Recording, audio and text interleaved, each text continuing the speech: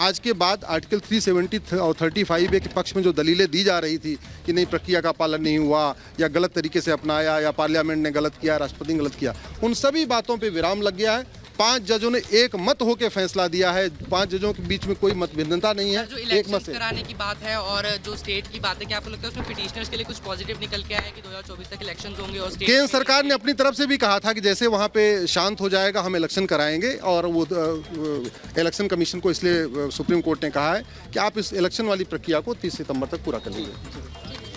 तो अश्विनी उपाध्याय को आप सुन रहे थे, वरिष्ठ अधिवक्ता सुप्रीम कोर्ट के, जो बता रहे हैं कि कोर्ट ने आज सुप्रीम कोर्ट ने अपने फैसले में क्या क्या कहा है, क्या क्या किया है, सीजीआई ने अपनी बातों में क्या क्या टिप्पणी की है, ये तमाम बातें आज कही हैं। वो ये कह रहे हैं कि अब आज के बाद 35A और 370 इतिहास हो जाएगा, कोई इस पर सवाल नहीं खड़े कर सकता है, क्योंकि प्रक्रिया का पालन नहीं किया गया, नियमों की अनदेखी की गई, ये तमाम सवाल उठाए गए। संविधान सभा में यह मामला होना चाहिए था, ये बातें महबूबा मुफ्ती की ओर से कही गई थी, लेकिन आज इन सभी बातों पर विराम लग गया है। सीजीआई ने यह साफ कर दिया है, क्योंकि 5 जजों के संविधान पीठ ने बैठकर इस पूरे मामले को 16 दिनों तक सुना था, उसके बाद यह फैसला आज लिया गया है। तो अब आज के बाद 35A और आर्टिकल 370 को लेकर किसी तरह का कोई सवाल नहीं पूछा जाएगा।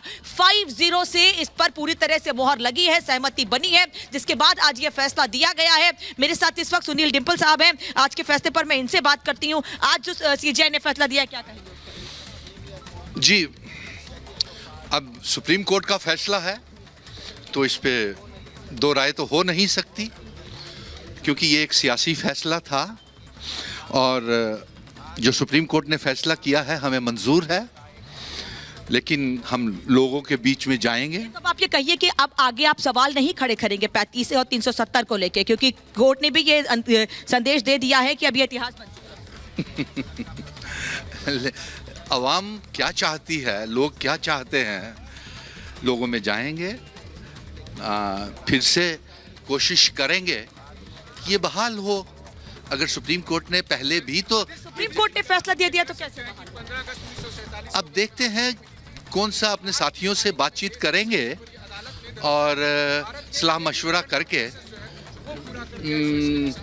अब सुप्रीम कोर्ट ने अपना फैसला सुना दिया। आप लोगों की एक मांग ये भी थी कि चुनाव जल्द से जल्द कराया जाए, 30 सितंबर तक चुनाव। जी, रियासत का दर्जे की भी हमारी मांग खड़ी हुई है, जमहूरियत की बहाली की भी मांग खड़ी है, हमारी ज़मीनें और नौकरियों की हिफाजत की मांग भी है, और हमारी आइडेंटिटी, कल्चर, डेमोग्राफी, रियासत का दर्जा जल्द से जल्द हमको वापस मिलना चाहिए, ये सबसे बड़ी मांग है। दावे तो ये भी किए गए ना कि डेवलपमेंट हुआ है, डेवलपमेंट की वजह से नौकरियां बढ़ी हैं, और आप ये मांग कर रहे हैं कि ये कैसा डेवलपमेंट है? आप जाकर के देखिए, जम्मू कश्मीर में आकर के देखिए, 30 लाख बेरोजगार नौजवान हैं एब्रोगेशन ऑफ आर्टिकल 370 के बाद। हमारी जमीनें, हमारे पावर बड़ा प्रोजेक्ट, फैसला सुप्रीम कोर्ट का आया है, और स्टूडियो में हमारे साथ उत्पल कौल जी आ गए हैं, वरिष्ठ पत्रकार हैं, कश्मीरी एक्टिविस्ट हैं।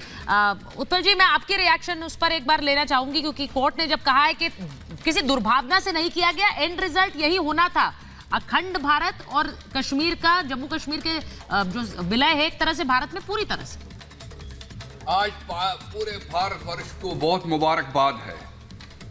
ये एक इस भावना से, सेपरेटिज्म की भावना से ये शुरू किया था शेख मोहम्मद अब्दुल्ला ने, और मैं आप सबको बताना चाहता हूं कि अंबेडकर जी ने इसका बहुत विरोध किया था, क्योंकि वो उसी टाइम उसने शेख अब्दुल्ला को अपने कमरे से निकाला था और बोला था कि आप जाइए, ये नेहरू जी देंगे, मेरे पास ऐसी कोई सेपरेटिज्म की बू जिसमें आती है। आप चाहते हैं भारत का पैसा, आप चाहते हैं भारत आपको सिक्योरिटी दे, और बाकी सब आप क्या करोगे फिर?